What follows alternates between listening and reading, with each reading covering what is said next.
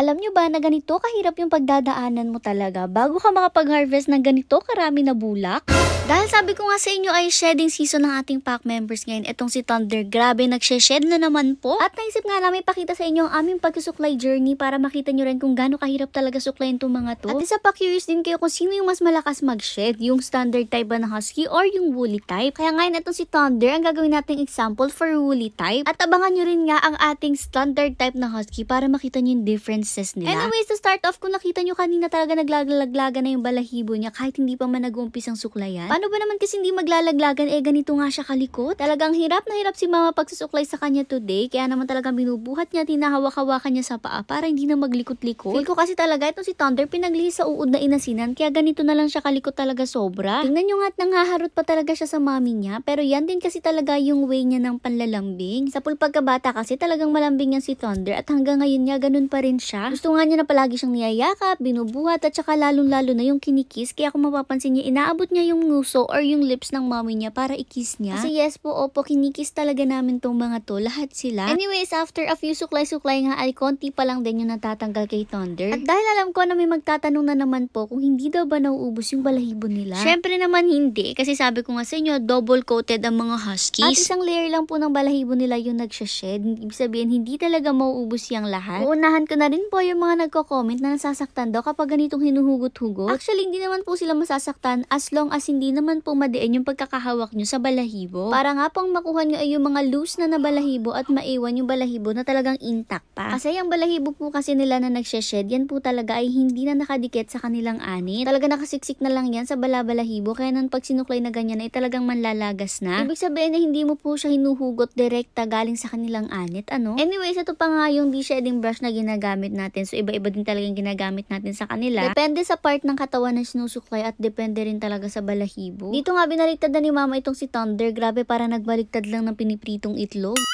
Tapos na kasi isang side, kaya dito naman si mama mag-uumpisa sa kabilang side. Medyo tinanggal-tanggalan niya nga muna yan gamit yung kamay niya at saka niya sinuklayan. Actually, yung pagsusuklay hindi naman siya mahirap kasi hahagod-hagod ka lang talaga. Pero alam niyo naman kung ano yung nagpapahirap. Yung napakalikot na husky gaya nitong si Thunder. Kaya naman ayan, kinakamot-kamutan siya ni mama ng tenga para kumalma naman siya. Kasi naman, habang sinusuklayan siya, ayan sumasayaw-sayaw siya kasi ayaw na talaga niya magpasuklay. Gaya niya nga talaga yung bulating inasinan kung makaasta. Nanggigigil tuloy si mama at ayan, napalo-palo sa puwet. Naalala ko rin nga, nagsabi wag daw namin paluin ang mga alaga namin, mahalin daw namin na tratuhin ng ayos. Meron kasi talaga mga tao na masama yung tingin nila sa pagpalo, diba? Kasi dito nga sa amin, dito sa probinsya at bilang isang Batanggenya, lalo na nga si mother, kapag nanggigigil siya sa ating pack members, ang ginagawa talaga niya, pinapalo niya sa puwet. Pero part lang yun ng panggigigil niya. Kumbaga palo with love, ganun. Part lang talaga yun ng panggigigil niya, kaysa naman kurit-kuritin niya yung pisngi dahil hindi naman niya makukurot, pinapalo-palo na lang niya. Ako nga, kinakagat ko yung bibig nila kapag nanggigigil ako. Sabi ko naman sa inyo, iba-iba na talaga kami ng way ng panggigigil sa mga to. Tingnan niyo naman kasi kung gaano kalikot tong si Thunder. Sino ba namang hindi manggigigil sa kalokohan niya? Tsaka bilang mga Batanggenya, sinasabi nga nila mga Bargas daw ang mga Batanggenyo at Batanggenya. Kaya siguro di nyo magets kapag gano'n ang ginagawa namin. Ayan nga si Thunder, sobrang naglilikot na, tinatakbo-takbuhan na niya yung mommy niya. Pero tatakbo din naman siya pabalik. Talaga nang uukit lang. Pero good thing na rin nga na bumabalik siya kaysa naman maghabol-habol pa si mama. Mas mapapagod pa siya maghabol kaysa magsuklay. Nakailang alis na rin nga itong si Thunder pero carry lang kasi bumabalik din naman siya ulit. Nung makatapos nga ayan, talaga naglambing na nga ang ating Thunder at nagpabuhat na nga sa kanyang mommy. Ito kasi mga pack members natin nung maliliit pa at habang lumalaki palaging binubuhat ni mother. Minsan nga ay talagang iniisa-isa pa niya yung mga yung nabuhatin para hindi naman magselos yung iba. Kaya naman ayan, ngayong mga dambuhala na sila talagang tuloy pa rin ang pagpapabuhat sa mommy nila. Pero feel ko carry lang kasi maganda rin na kasi yung exercise para kay mother. After nga nila maglambingan at magbuhatan, ipinapasok na rin naman niya si Thunder. At very good si Thunder kasi pumasok na rin ang kanya. At ito na nga yung aftermath. Lahat ng balahibo talaga nakadikit sa damit. At ito naman yung mga nakuha natin kay Thunder. O diba? Kala nyo madami pero sa totoo lang konti pa yan. Yes po, opo, you heard me right. Konti pa po yan as compared sa iba nating mga nasusuklayan. Kasi iba-iba din talaga mga huskies. Meron mga kukunti mag-shed at meron talagang sobrang dami kung mag-shed. Sa pang factor ng pagdami ng pag-shed is yung pag-anak. Anyways, niligom na nga nila yung balahibo na nilagay ni mama dito sa basket. Ang cute oh, nakalagay pa sa basket yung balahibong yan. At ganyan nga karami nakuha natin sa woolly type. Abangan nyo naman sa next video kung gaano